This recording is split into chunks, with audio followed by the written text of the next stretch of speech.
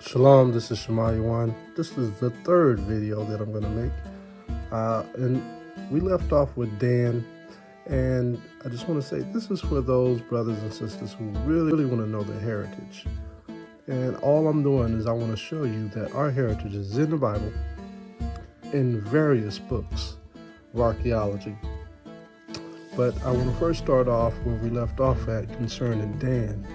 Now, Dan went into all the different nations, and Dan took on wives of the other nations.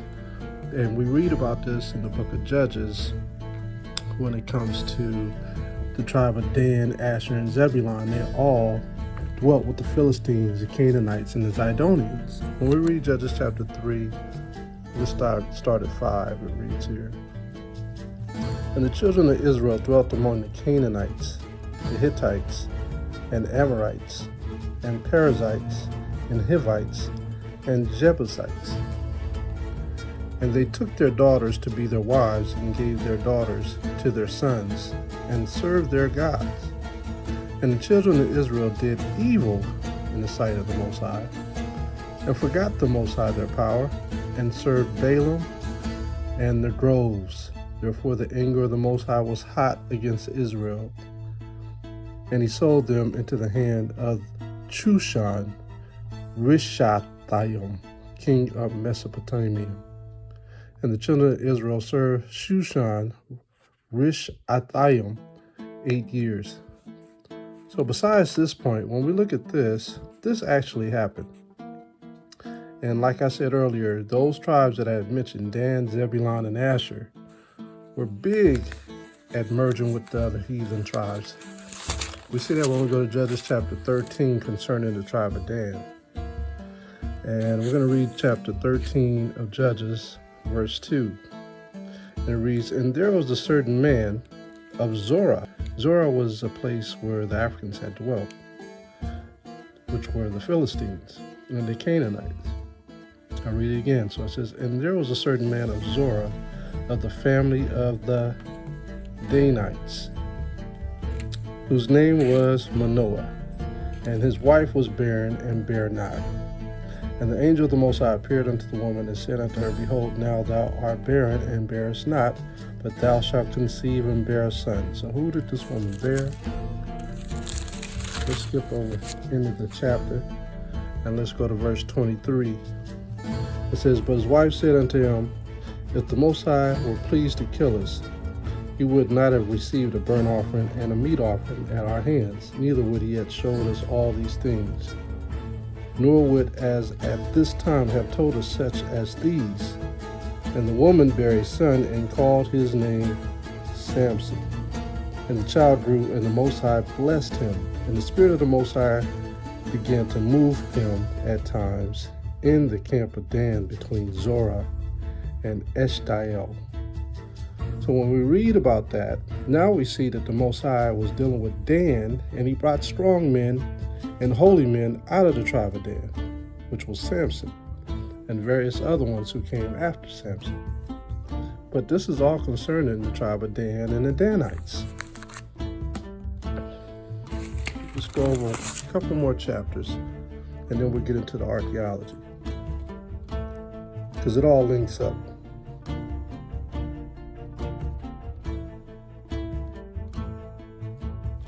Judges chapter 18, verse 1. And we're going to read portions of this chapter. Here it says, In those days there was no king in Israel, and in those days the tribe of the Danites sought them an inheritance to dwell in. For unto that day all the inheritance had not fallen unto them among the tribes of Israel. And the children of Dan sent of their family 5 men from their coast, men of valor from Zorah and from Eshtael, to spy out the land and to search it. And they said unto them, Go, search the land. Who then they came to Mount Ephraim, to the house of Micah. They lodged there. When they were by the house of Micah, they knew the voice of the young man, the Levite. And they turned in thither and said unto him, Who brought thee hither? And what makest thou in this place? And what hast thou here? Verse 4, And he said unto them, Thus and thus dealeth Micah with me, a prophet, and hath hired me. I am his priest. And they said unto him, Ask counsel, we pray thee, of the Most High, that we may know whether our way which we go shall be prosperous. And the priest said unto them, Go in peace, before the Most High is your way, wherein ye go. Then the 5 men departed and came to Laish, and saw the people that were therein, how they dwelt careless, after the manner of the Zidonians, the Africans. Didn't Samson fall in love with an African, a Philistine? As here, quiet and secure. And there was no magistrate in the land that might put them to shame in anything. And they were far from the Zidonians, and had no business with any man. This is important because I'm going to show you the traces of Dan, how they went throughout Europe, how they went throughout Africa, and they merged with the other nations. Let's drop down to 11. It says, And there went from thence of the family of the Danites, out of Zorah, and out of Eshtaol, 600 men appointed with weapons of war. So those Spartans I was telling you about earlier, the tribe of Dan was a warring tribe. Remember in the book of Genesis chapter 49, it said that Dan would be like an adder waiting on the side of the road to strike. So this tribe was a tribe of war. And they went up and pitched in Kirithim in Judah, wherefore they called that place Mahana Dan unto this day. Behold, it is behind Kirithim. All right, let's jump over. If you read this whole chapter, you'll see how Dan utilizes weapons and takes things and worships idols. And you're going to see the same characteristics in some of the books that we're going to read in a few. But if you want to know more about the tribe of Dan's character, read this whole chapter of Judges chapter 18. We're going to jump over to verse 29. It reads here,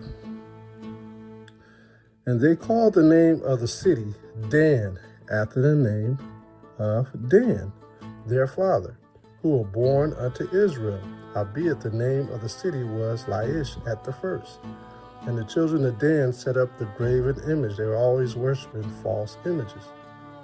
And Jonathan, the son of Gershom, the son of Manasseh, he and the sons were priests to the tribe of Dan until the day of the captivity of the land. So now we see characteristics of Dan being a tribe of warriors. Okay, now I'm going to take you into the book of Homer. I'm going to take you into this book of Homer. It's called the Iliad and the Odyssey. A lot of you may have studied this in high school, in your English class.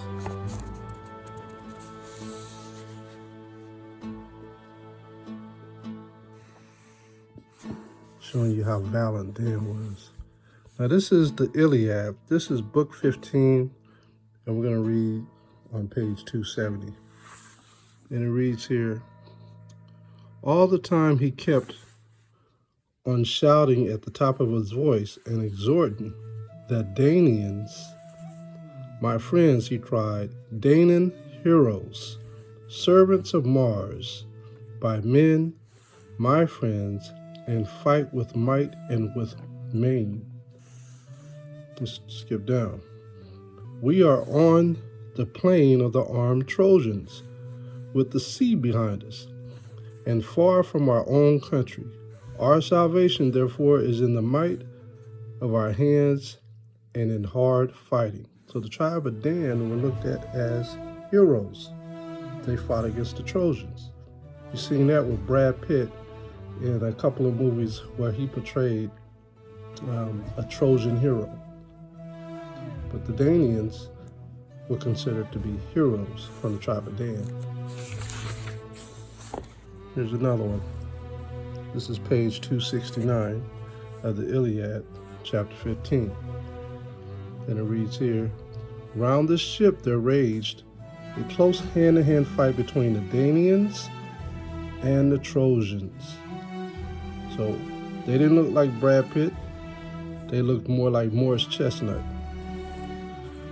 They did not fight at a distance with bows and javelins, but with one mind hacked at one another in close combat with their mighty swords and spears pointing at both ends. They fought moreover with keen battle axes and with hatchets. So they were very skilled at using hatchets and battle axes. That's a different type of way of fighting, using a battle axe. It says, "Many a good stout blade hilted and scabbard with iron fell from hand or shoulder as they fought, and the earth ran red with blood." So these were skilled warriors. They were the Most High's battle axes of war, the Danians. Look at this one. This is on page 262, and this is important so you can have an understanding of why the Most High prophesied that Dan would be like an adder on the roadside. It says, "Trojans, Lycianians, and Dardanians, good in close fight, bear not a jot, but rescue the son of Clytius, lest the Archaeans strip him of his armor now that he has fallen." Clytius was a Greek. He was actually a dark, black-skinned Greek. All right, I'm going back to this book. This is called The Heritage of the Anglo-Saxon Race by M.H. Gayer.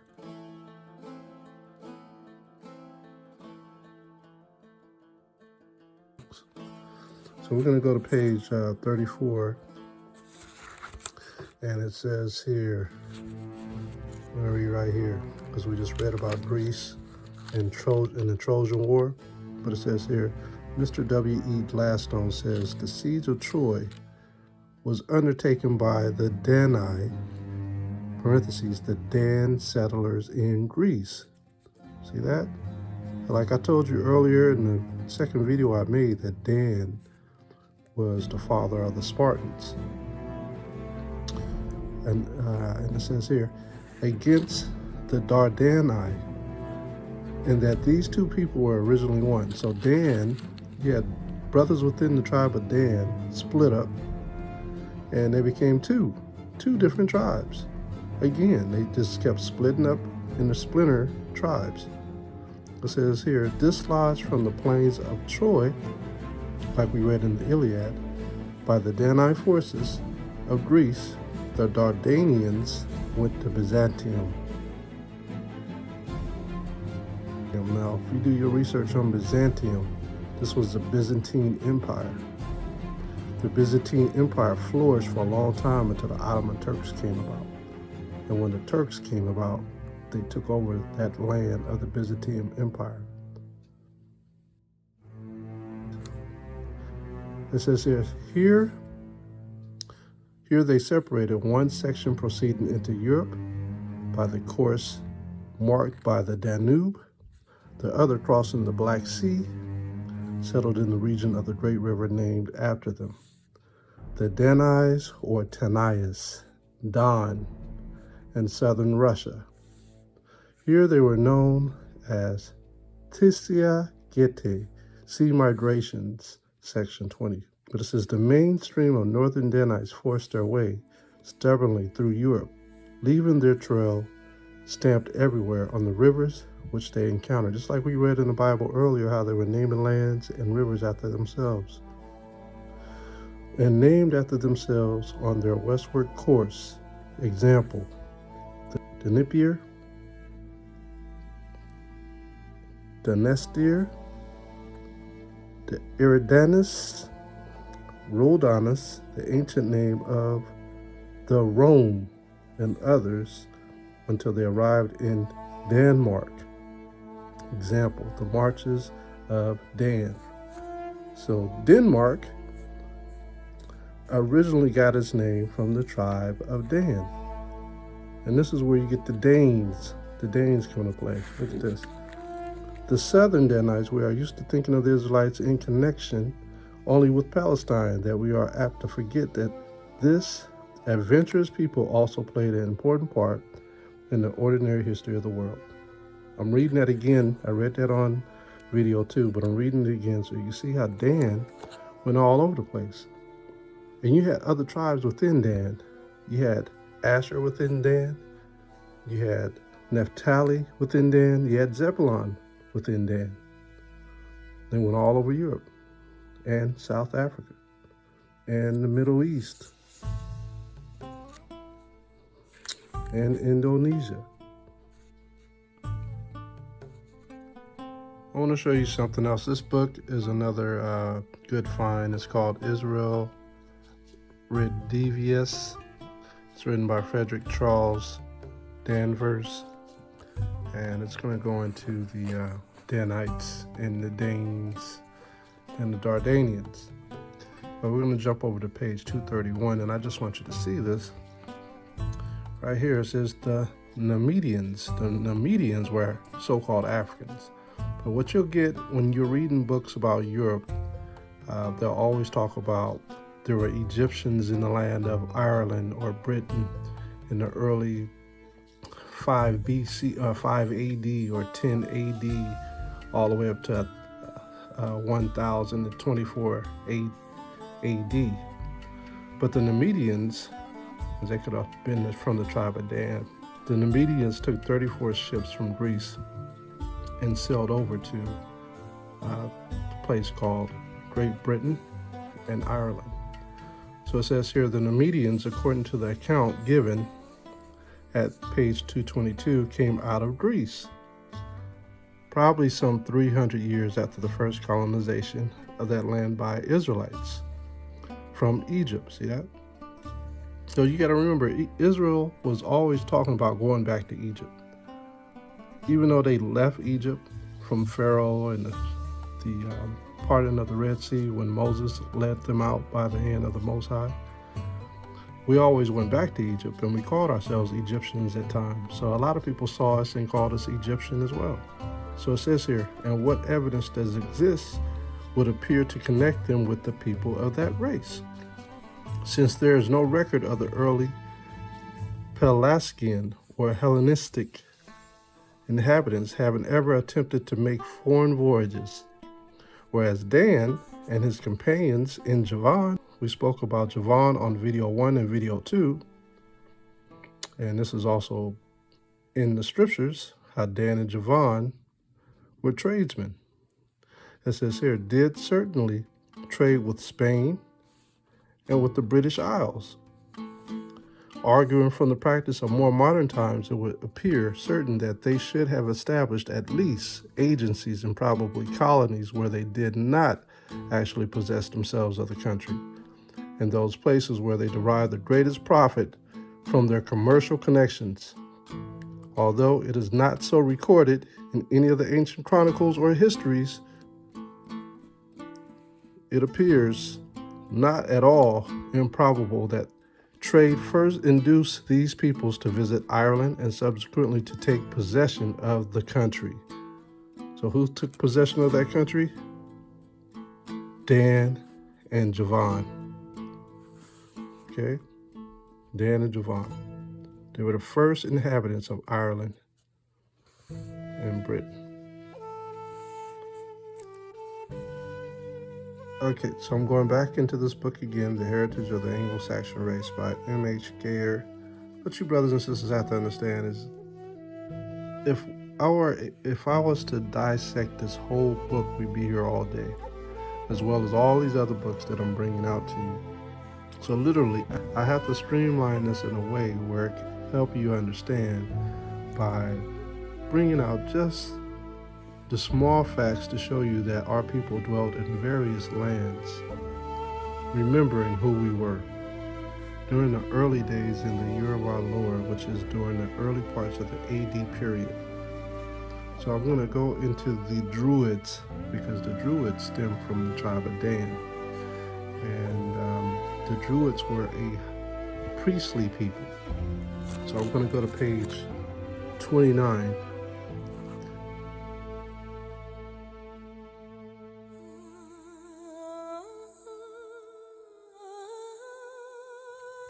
It reads, "If from the ancient days the Druid faith was established in these islands by descendants of Shem, it is at least probable that from time to time members of Levi of the same adventurous blood as the other tribes of Israel accompanied their kinsmen in their voyages of discovery to distant lands, and that arrived in Britain, they would link up with their brethren the priesthood, infusing new ideas into their religion from the headquarters of their common faith in Palestine." So the Druid faith was established in these islands by the descendants of Shem, Dan, Asher, Levi, and Zebulun, and some Judah. So I just want to show you that. Let's go over here and let's read more on these Druids. A lot of you who don't know who Druids are. It reads here, "In the early days, Druid wore the symbol of the infallible name of the deity in gold rays on the front of his linen mitre. This faith must have been brought into Britain by the earlier settlers of Hebrew, Iberian, or Sakian race." Iberian is between Spain and Portugal. They call that whole part of the continent the Iberian area. It says here that it flourished in all parts of these islands is evidence, and though slight differences in ceremonies were observed by the various communities, on the whole, the same teachings were maintained throughout. The Irish Druids, for example, held the yew as their sacred tree, while the British Druids, like Israel of old, worship under the oak. Like the prophets always fell asleep under the oak tree and they woke up with visions, right? So Druid means, I wrote it here, Druid, meaning oak knower or seer for prophesying. It is utterly false to accuse the Druids of practicing human sacrifices, because that's what they talk about now. No human remains have been found at any place where sacrifices are known to have taken place. Only the remains of animals have been traced. And those had to be holy animals when you read Genesis chapter 6 with Noah. Druid teachings was in every way opposed to such a practice. The fact that they believed in the immortality of the soul would make human sacrifice impossible. They taught, however, the doctrine of the atonement brought from the eastern Palestinian homeland, which is Israel, the sacrifice of one for the sins of all. And it was this teaching that to pagan Rome falsely implied an orgy of pagan human sacrifices. The Druid ritual, their Ten Commandments, their laws, were practically the same as those laid down for the use of Israel by Yahawah. Their duties as priest, scribe, and doctor were identical. See that?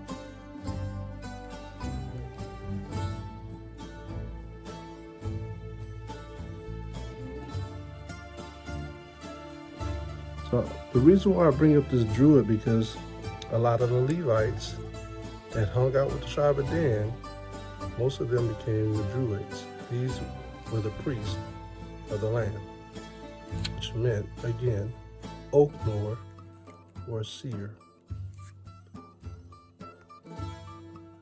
Now you may ask, what did these Druids look like? Who are these Druids?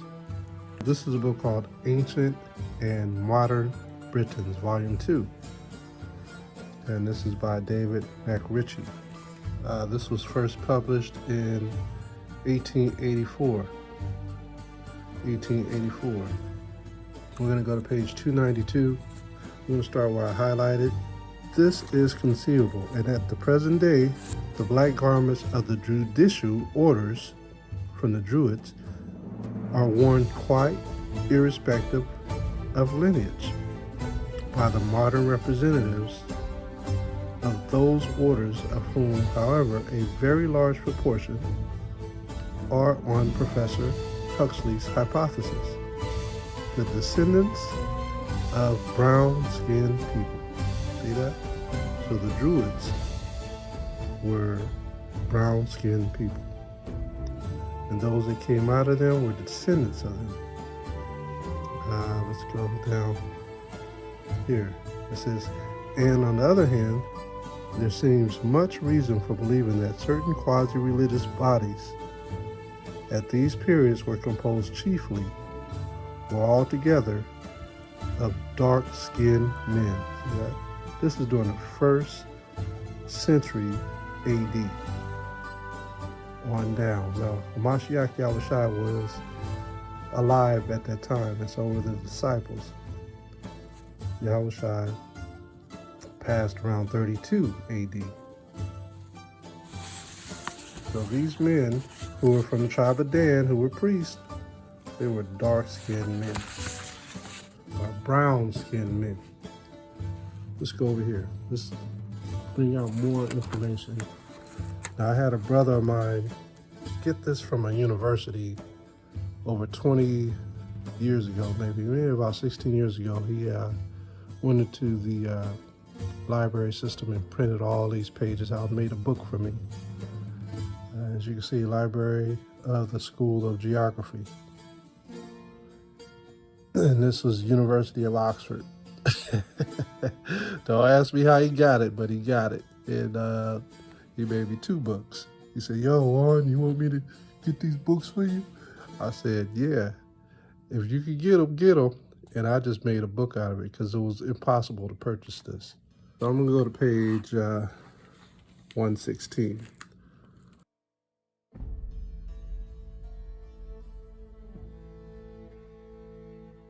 Special edition. So we talked about the Danes earlier, and I want you to see how the European Caucasians saw the Danes. I'm going to start here where it says, here, there's perfect anamity. The cum nigris gentibus and the annals and the Powell's Black Army are at one. Thus we have evidence. These terms, dubbed, used with 4 different nouns, Niger and black, all apply to the most natural, matter-of-fact way to the Danish pirates by men of presumably white race. Can anything be clearer? These Danes were black, and they called them dubs. You ever heard of the term dub nation? I believe the Oakland Warriors used that when they were in the vicinity of Oakland. They used that as their term. So it meant black nation. If you never knew what dub meant, it meant black nation. So it says, what may be called genealogical evidence of the existence of black-skinned races existing in Scotland with historic times has already been adduced in considering the Moors, and it is difficult to decide whether the examples given ought to be styled Picts, so-called, or Danes, because both were Picts and contemporaries. In the very district which still bears the name of the ancient Mara or Marais men, which is another term for black, was also the very district in which the Danes lingered longest, that is, excluding the Isles, for which reason it had become the hunting ground of the fair-skinned victors, descendants of Fresk, the Fleming, Burrowald, the Fleming race, the Fleming, founder of the powerful Inns family, and others of kindred race, like the Normans. The Normans came and wiped out the Danes. Therefore, when a black man is discovered on a family tree of 1,000 years, he may be either a Dane or a Pict. Of those, however, who are better known by the former name, there may be specified an ancestor of the MacLeods or MacLeod. There was a show called The Highlander. The MacLeods dwelt in the Highlands of Ireland. They were all black soldiers. And if you watch the movie, it shows that there was only a few left that were Highlanders, and they would behead any other Highlanders. The movie changed it all around, but the MacLeods, that was a very notorious name for the Highlanders, which were Danes. And it says here, that family being held to be descended at the date of Martin's visit to the Western Islands, and in his words, from Leod, son to the Black Prince of Man, which island was for a long time under the rule of the Danes. The father of the Leod was in all probability Olair Swarthy, or Olave the Swarthy, right? The Swarthy, or Olave the Swarthy, mentioned in the Flatian manuscript. Swarthy means black, who was king of Man during the 13th century. A certain branch of the Campbells had also a similar lineage. So the Danes, which were from the tribe of Dan, were black. And these Danes dwelt in the early times of the AD period, towards the end of the BC period. So if they were living during that time, this is the time that Yahawah walked the earth. So if this is his family, and they were black, Yahawah had to be black as well. See, there's all types of footsteps all through history. You just have to find the results of the 12 tribes of Israel. And you'll find many other things concerning their complexion, their hair texture, the things that they did, the customs that they followed. It's all still intact.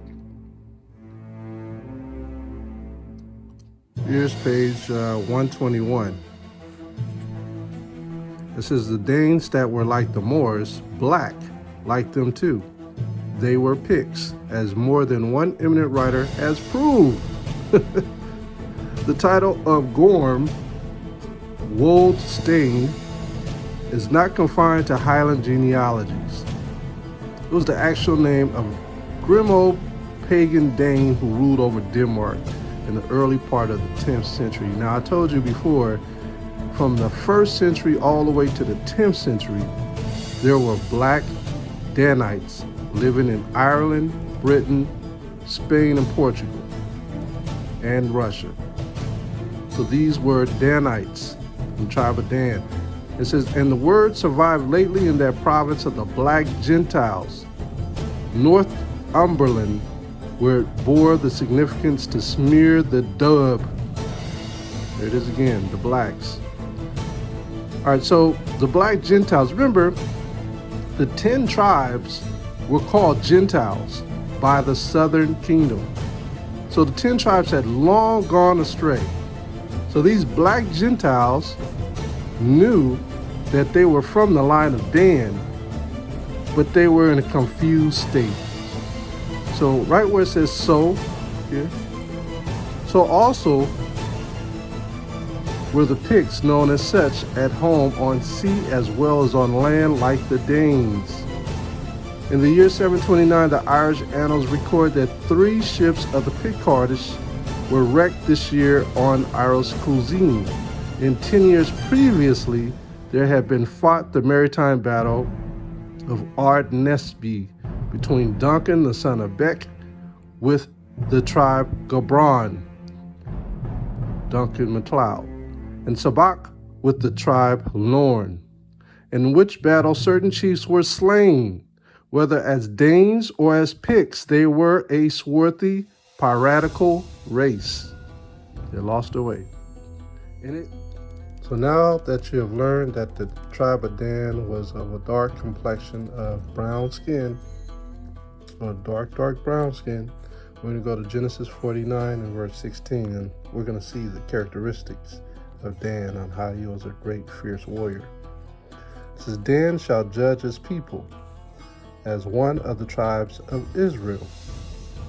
Dan shall be a serpent by the way, an adder in the path that biteth the horse heels, so that his rider shall fall backwards.